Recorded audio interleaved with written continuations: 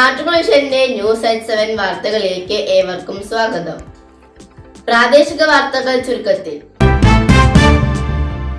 അരക്കുപറമ്പ് വെളിങ്ങോട് അർദ്ധനാരീശ്വര ക്ഷേത്രത്തിലെ പ്രധാന ചടങ്ങായ 1008 കുടം ജലാഭിഷേകത്തിന് വൻ ഭക്തജനത്തിരക്ക് അനുഭവപ്പെട്ടു.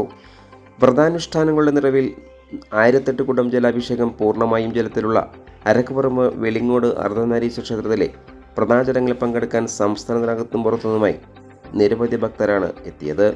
3 ദിവസത്തെ വ്രതമനുഷ്ഠിച്ചെത്തിയ ഭക്തർ ക്ഷേത്രച്ചിറയിൽ സ്നാനം ചെയ്തു. തീർത്ഥക്കിണറിലെ ജലം നിറച്ച കുടം തലയിലേന്തി ക്ഷേത്ര പ്രദക്ഷിണം വെച്ച് അഭിഷേക ജലം തന്ത്രിക്ക് നൽകി. ക്ഷേത്രം ശ്രീകോവിലിന് മുകളിൽ താഴെക്കുടത്തിനിടയിലൂടെ തന്ത്രി പുതുമന മധുസൂദനൻ നമ്പൂതിരി അർദ്ധനാരീശ്വര ബിംബത്തിൽ അഭിഷേകം ചെയ്തു. മേൽശാന്തി ധനഞ്ജയൻ നേതൃത്വം നൽകി.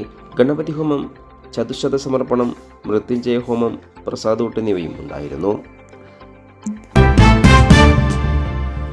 കൂടുതൽ വാർത്തകൾക്കായി നാട്ടുവിഷൻ ചാനൽ സബ്സ്ക്രൈബ് ചെയ്യൂ.